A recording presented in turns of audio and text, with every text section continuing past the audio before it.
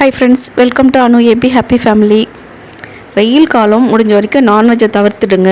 என்னடா அது நான்வெஜ் தவிர்த்துடுங்க சொல்லி சிக்கனை காட்டுறான்னு பார்க்குறீங்களா? ஆமாங்க, சண்டே இல்லையா? சண்டேன்றது எல்லார் வீட்லேயும் வந்து நான்வெஜ் இருந்தே இருக்கும்.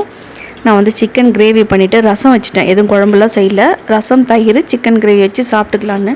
ஆனால் ஆக்சுவலாக பார்த்திங்கன்னா இந்த வெயில் காலம் அதுவும் அக்னி நட்சத்திரம் ஸ்டார்ட் ஆக போது சிக்கன் மீனெல்லாம் கொஞ்சம் அவாய்ட் பண்ணிவிட்டு அதுக்கு பதில் வந்து கேழ்வரகு, கம்பங்கூழ் அந்த மாதிரி வீட்லேயே செஞ்சு குடிக்க பாருங்கள்.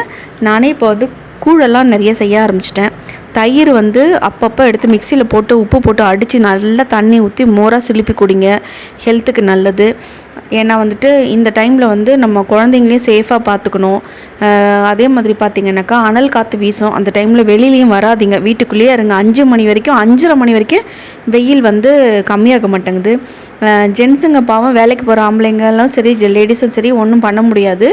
இருந்தாலும் நம்ம தவிர்க்க முடியாத வீட்டில் ஹவுஸ் ஒய்ஃப் சரி குழந்தைங்களும் சரி வீட்டுக்குள்ளேயே வச்சு விளையாட வைங்க. ஜன்னலெல்லாம் கொஞ்சம் நல்லா வெயில் படாத மாதிரி க்ளோஸ் பண்ணி வைங்க. ஃபேன் போட்டு விட்டுருங்க. ஏசி இருந்தால் ஆன் பண்ணிக்கோங்க. வேறு வழியே கிடையாது. அதே மாதிரி பார்த்திங்கன்னா தலைக்கு நல்லா நல்லெண்ணெய் வச்சுடுங்க.